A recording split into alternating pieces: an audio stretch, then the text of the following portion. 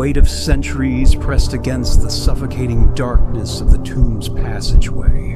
Mark's breath came in shallow gasps, his throat thick with the taste of dust and ancient decay. Each inhalation felt like drawing in the essence of death itself, stale, bitter, and unnaturally cold. The air hung heavy with a putrid sweetness that spoke of things long dead, yet somehow preserved. His flashlight sputtered and flickered, the beam weakening with each passing moment, as though the darkness itself was feeding upon the light. The walls around him seemed to pulse, to breathe. Ancient hieroglyphs carved into stone, shifting and writhing in the failing light, their warnings unheeded. Mark's fingers trembled against the rough limestone, leaving smears of sweat and blood from where his nails had broken against the stone. Each footfall echoed through the corridor, only to be devoured by an unnatural silence that fell like a shroud behind him. The sound died too quickly, too completely, as though something was stalking just behind, swallowing his presence. Then, a sound. A whisper so faint it might have been nothing more than the stirring of his own fear-addled mind. A sigh that did not come from his own lungs, and beneath it, something deeper. A low, patient growl that seemed to vibrate through the very foundation of the tomb. Mark froze, his heart hammering against his ribs with such violence that he was certain it would burst from his chest. The flashlight dimmed further, then flared briefly, illuminating what appeared to be fingers, long and withered, reaching from the darkness ahead. When the light stabilized, there was nothing there but shadow. Mark was not alone in the dark, and whatever waited in the depths knew he was coming. Welcome to Twisted Nightmares, where your deepest fears come to life. What you've just witnessed is only the beginning of tonight's descent into ancient horror. If you dare to continue this journey into the Pharaoh's tomb, make sure you're subscribed to our channel. Hit that notification bell so you never miss our weekly offerings to the darkness, and prepare yourself for what lies ahead. But what brought Mark to this place of ancient malevolence? What force guided his steps into this forgotten tomb? To understand his fate, we must first return to where his nightmare began. 2 weeks earlier, Cairo had bathed in the golden glow of the afternoon sun, heat rising in visible waves from the ancient streets. The city breathed with chaotic life, an endless tide of voices, footsteps, and the clatter of commerce, creating a tapestry of sound that wrapped around every corner and alleyway. The marketplace pulsed with color so vibrant it almost hurt the eyes. Spices piled high, like miniature pyramids of ochre, crimson, and gold. Fabrics undulating in the hot breeze, rippling like water. The metallic glint of trinkets catching the sunlight, their surfaces etched with symbols, promising protection against forces that modern minds had forgotten. Vendors called out with voices, weathered by time and cigarettes, their sales pitches melding into a constant drone against the background cacophony of car horns, braying animals, and the distant call to prayer. The scent of cardamom, cumin, and roasting meat hung thick in the air, mingling with the acrid smell of exhaust, and humanity pressed too close in the sweltering heat.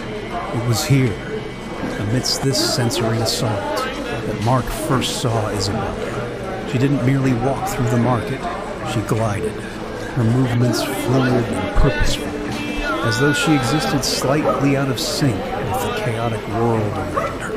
While tourists fumbled and stared, Isabella navigated the narrow pathways with the confidence of someone returning to a childhood home. Her dark hair was swept back from her face, revealing eyes that seemed to hold centuries within them, deep and knowing, somehow both inviting and unreachable. When she spoke of ancient Egypt, her voice changed, becoming rich with passion and reverence. her hands painting pictures in the air as she described tombs and temples, as though she had walked their halls in another life. Mark was transfixed. A Yale-educated archaeologist with 3 published papers on dynasty-linked burial practices, he had come to Egypt believing he understood its mysteries, yet watching Isabella speak to a local vendor in flawless Arabic, negotiating access to sites no Western scholar had documented, Mark realized he knew nothing. And in that moment of humbling clarity, he fell hopelessly under her spell. Isabella was not simply knowledgeable about history, she embodied it. The past clung to her like a second skin, and Mark could almost see the shadows of ancient knowledge dancing behind her eyes. She was an enigma wrapped in scholarly credentials, a puzzle box with secrets nested within secrets, and Mark never could resist a mystery.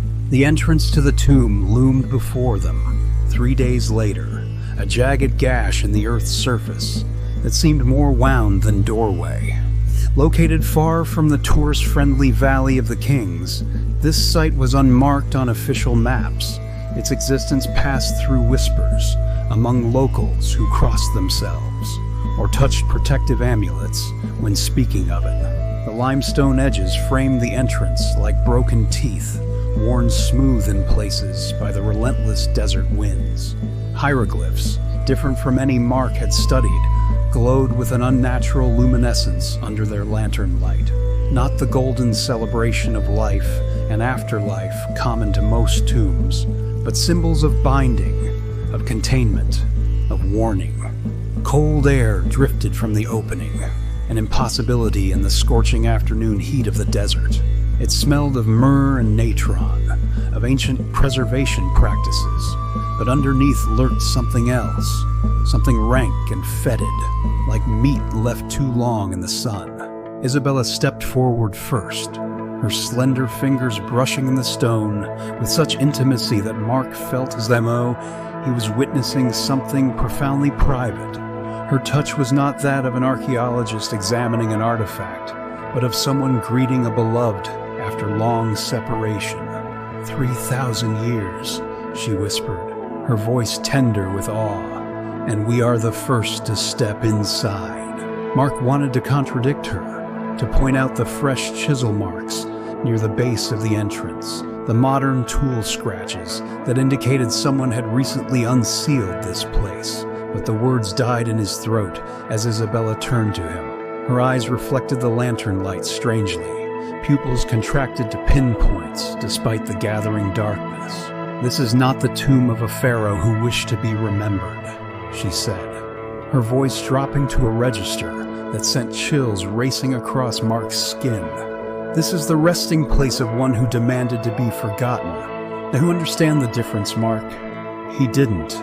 But as the sun began its descent behind the distant dunes, painting the sky in bruised purples and bloody reds, Mark followed Isabella into the darkness. The desert wind rose suddenly behind them, sending a shower of sand cascading over their footprints, erasing all evidence of their passage.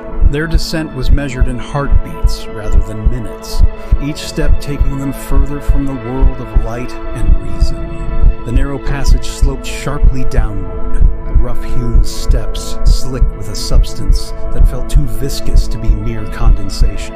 Mark's boots left dark footprints that glistened wetly before fading, absorbed by the thirsty stone. The air grew heavier with each level they descended, pressing against their lungs like a physical weight. It tasted ancient on the tongue, the flavor of time itself, bitter and metallic. The walls closed in, forcing them to turn sideways through narrower passages, the stones seeming to reach out, to cling to their clothing, as if reluctant to let them pass.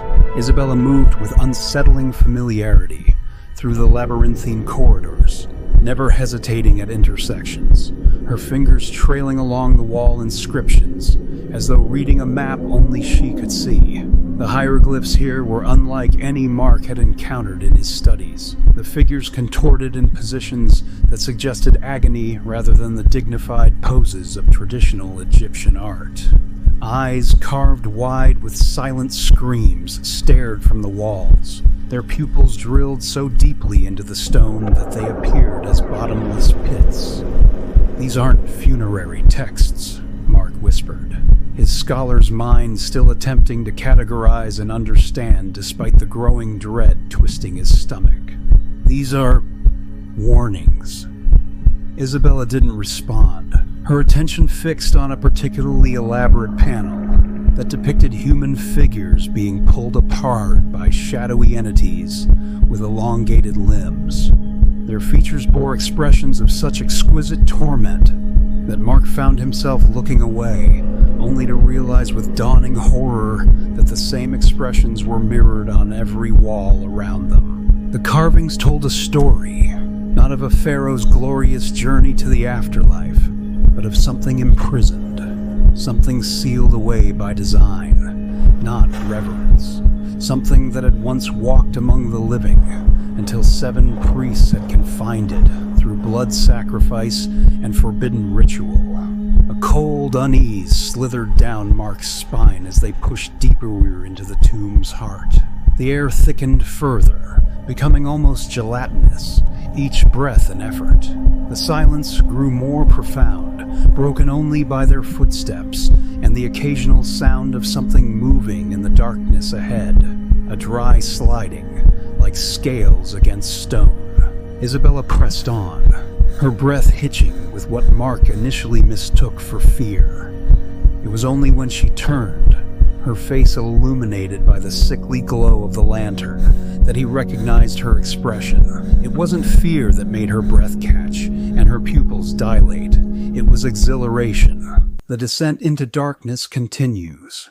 Are you brave enough to witness what waits in the heart of the tomb? Make sure you've liked this video and share it with those who appreciate true horror. Now, let us proceed deeper.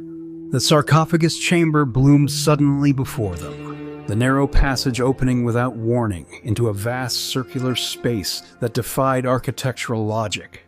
The ceiling soared upward into darkness, too high for their lights to reach, creating the unnerving sensation of standing beneath an open night sky, a sky devoid of stars or moon, a void that watched and waited. 7 pillars, each carved to resemble bound human figures, supported the impossible ceiling. Their faces, contorted in expressions of eternal agony, were the first indication that something was profoundly wrong. These were not the stylized representations common to Egyptian art, but detailed, almost photographic captures of suffering so genuine that Mark could almost hear their silent screams. At the chamber's center rested the sarcophagus, if such a benign term could be applied to the monstrosity before them. Unlike the rectangular coffins typical of Egyptian burial practices, this structure was oval, its surface a deep, lustrous gold that seemed to absorb rather than reflect their lantern light. The effect was disconcerting, as though they looked not at metal, but at something liquid, something alive. No seam was visible where lid met base. The entire surface was covered in hieroglyphs, so small and densely packed, they appeared more like skin disease than language. Pitted whorls and raised symbols that shifted under direct observation, rearranging themselves when viewed from the corner of the eye. The moment their lights fell upon it, the chamber seemed to contract, the very air charging with something unseen yet undeniably present. A sound too soft to name pulsed within the silence, slow, rhythmic, unmistakable. A heartbeat. Mark's own heart hammered in response, primitive terror flooding his system with adrenaline. His mouth dried instantly, tongue sticking to the roof as he tried to form words. "Isabella," he finally managed, his voice a hoarse whisper that seemed to be absorbed by the hungry darkness. "We shouldn't be here. This isn't right. This isn't Egyptian." Isabella didn't respond. She had moved to the sarcophagus, her body swaying slightly as though keeping time with the rhythmic pulsing that now seemed to emanate from the very stone beneath their feet. Her fingers trembled as they reached for the golden surface, hovering just above it as though feeling heat. "It's beautiful," she murmured, her voice distorted, layered with something that made Mark's skin crawl. "Can you hear it calling, Mark? It's been waiting for us, for so long." Her fingers made contact with the gold, and the chamber responded. The floor beneath them shuddered, not the distant rumble of shifting earth, but the distinct tremor of something large moving beneath the stone. The sound that followed defied description, part groan, part exhalation, as though the tomb itself drew breath. Then, impossibly, stone ground against stone. The sarcophagus lid began to shift with agonizing slowness, though Isabella had applied no physical force. A seam appeared where none had existed before, widening by increments. The air that escaped was not the expected musty exhalation of a sealed chamber, but something hot and moist, carrying scents of cinnamon, lotus, and beneath it all the copper tang of fresh blood. A whisper slithered forth. Not words, but something deeper, something felt rather than heard. It bypassed the ears entirely, manifesting directly within the mind as concepts too alien for language. Visions flashed behind Mark's eyes, ancient cities whose architecture defied physics, beings with too many limbs performing rituals under impossibly colored skies, pleasure and pain so intertwined they became indistinguishable. Mark stumbled backward, every muscle in his body screaming for flight. His scholar's mind, that rational, logical part that had guided his academic career, fragmented under the assault of images never meant for human comprehension. But Isabella, she remained still, her body arched slightly backward as though in ecstasy. Her lips parted as she drew the tomb's breath into her lungs. When she finally turned to face him, her eyes were no longer her own. Where whites should have been, only obsidian blackness remained, reflecting nothing, consuming all light that touched them. Her smile stretched too wide for her face. "The tomb had chosen," she said, her voice harmonizing with others, dozens, hundreds of voices speaking through her. "It always does. What ancient horror awaits within the depths of the sarcophagus? What has Isabella become? And can Mark escape the tomb's dark purpose?" The nightmare continues in part 2 of The Pharaoh's Tomb. Subscribe now and turn on notifications to witness Mark's desperate escape attempt and the shocking truth of what lies beneath the sands of Egypt. Share your theories in the comments below. What do you think lies within the sarcophagus? Until next time, the darkness waits.